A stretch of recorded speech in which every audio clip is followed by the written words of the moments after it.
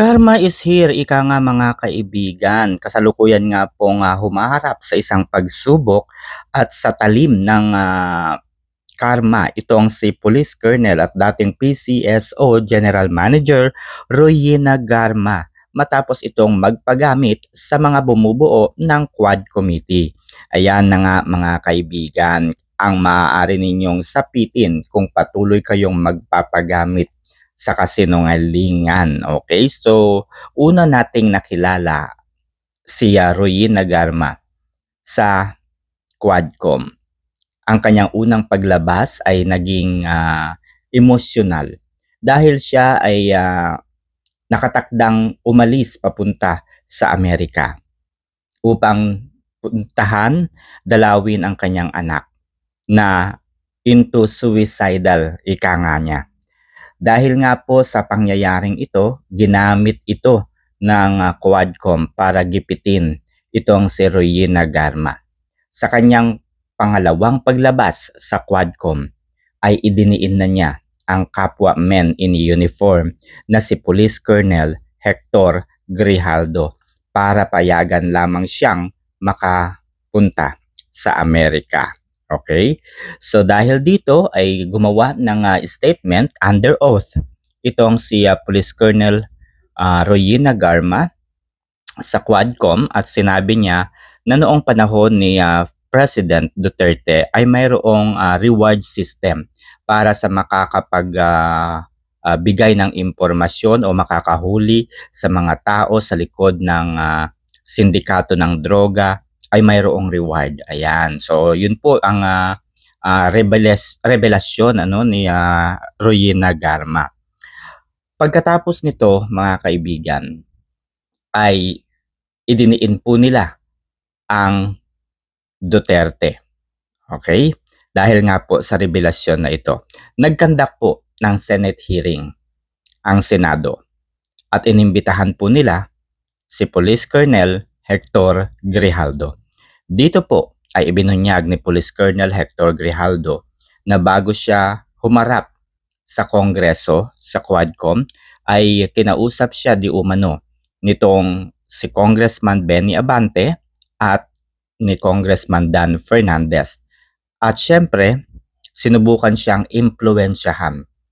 Ayon kay Grijaldo, nais ng dalawang kongresista na sang-ayunan ang naging pahayag ni Police Colonel Royina Garma na mayroon ngang reward system noong panahon ni dating Pangulong Rodrigo Roa Duterte. Dahil sa reward system na pagbubulgar na ito ay lalong nadiin si dating Pangulong Rodrigo Roa Duterte.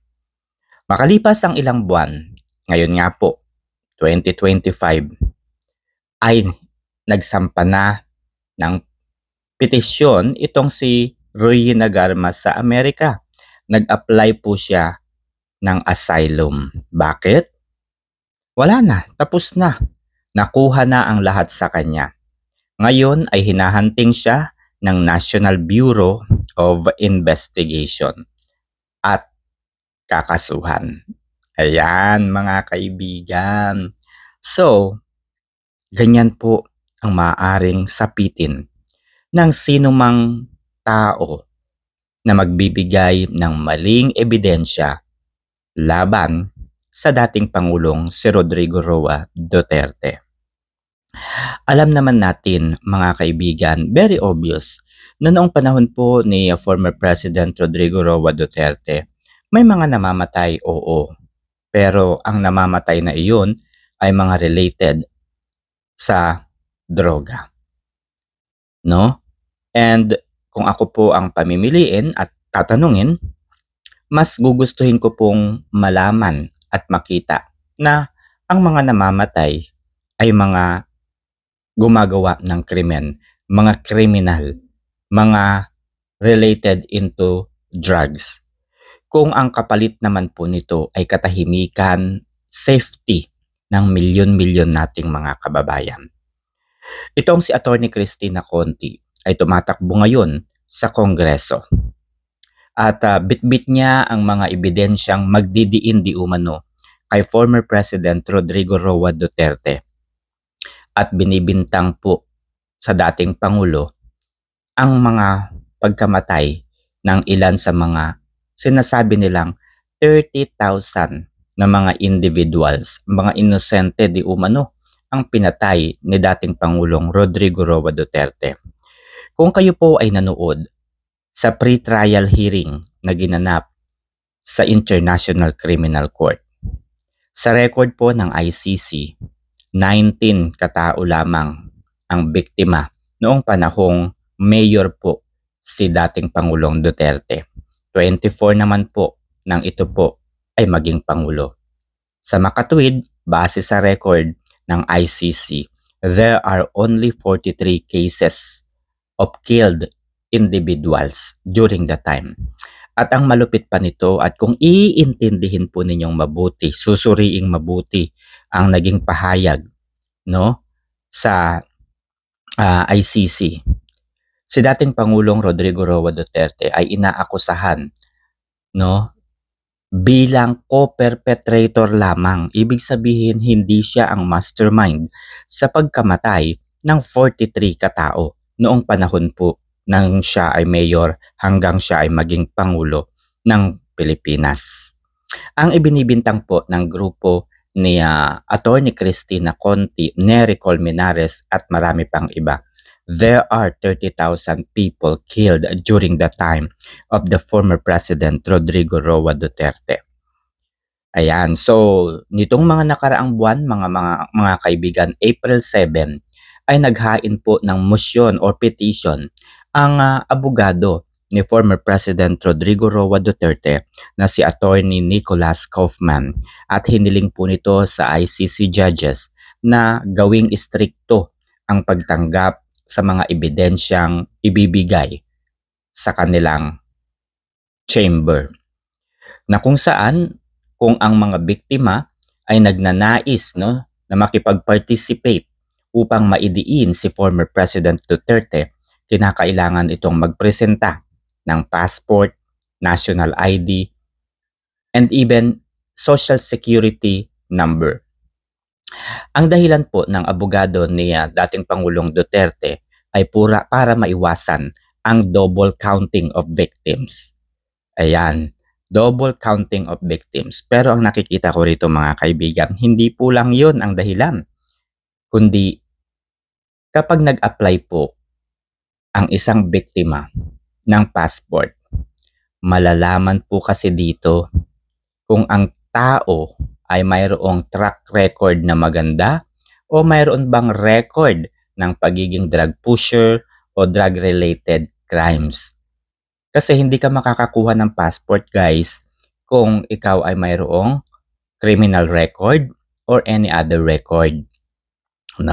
So, halimbawa, mag-a-apply ka ng passport. Ano po ang kailangan? Birth certificate, ayan, police clearance, NBI clearance, diba? Kailangan yan, NBI clearance. So, titignan po ang track record ng nag-a-apply ng passport. So, hindi ito anti-poor. Nagawa nga ninyong kasuhan ang Pangulo sa ICC na kung saan ay gastos ng Pangulo ng Pilipinas. Pangulo po ng Pilipinas ang gumagastos para dalhin sa ICC si former President Duterte. Ano lang ba yung passport? Kayang-kaya ninyong bayaran yan. Pero hindi po yun, mga ma'am at sir, ang tinitignan natin dito.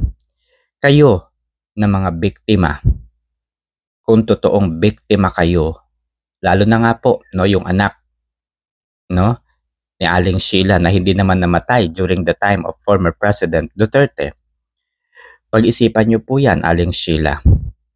Baka kapag napatunayan ng ICC, tandaan po ninyo hindi po bobo ang mga judges ng ICC.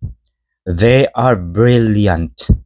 Kaya nga po sila tinawag na the court of last resort. So ibig sabihin, naniniwala pa rin po ako sa justice system sa ICC at nagpapasalamat ako at dinala po si former President Duterte sa ICC sa kadahilanang mabubulgar ang totoo at katotohanan. Ngayon, kayong mga nagpapanggap na biktima, kung ang kapalit nito ay pera, hindi po ninyo mapapakinabangan ang pera kung pagdating po ninyo sa Pilipinas, kayo naman po ay huhulihin at dadakpin. Kagaya nga po ni Police Colonel Royina Garma. Siya po ay hinahunting ngayon ng National Bureau of Investigation. 'Di ba? Kasi wala na, nakuha na ang lahat sa kanya. Naidiin na niya. Nakapagtanim na siya ng isang bagay na hindi niya kayang patunayan. Ito po ang reward system. So dahil hindi niya ito kayang patunayan, nanganganib ang kanyang buhay kasi nga hinahanap na siya ng National Bureau of Investigation. So, do you guys agree that Royina Garma dapat mabigyan ba siya ng asylum sa Amerika? Agree ba kayo na mabigyan ng asylum sa Amerika itong si Royina Garma? Kayo po, mga kaibigan, ano po ang masasabi naman ninyo sa requirements sa petition po ng abogado ni former President Rodrigo Roa Duterte na gawing istrikto ang pagpipresenta ng mga ebidensya against the former President Rodrigo Roa Duterte? Agree ako dyan, mga kaibigan, kasi maiiwasan ng double counting of victims. Ayan, maiiwasan po yung tanim biktima. Kailangan ninyong patunayan yung 30,000 people killed during the time of the former President Rodrigo Roa Duterte. Patunayan nyo yan.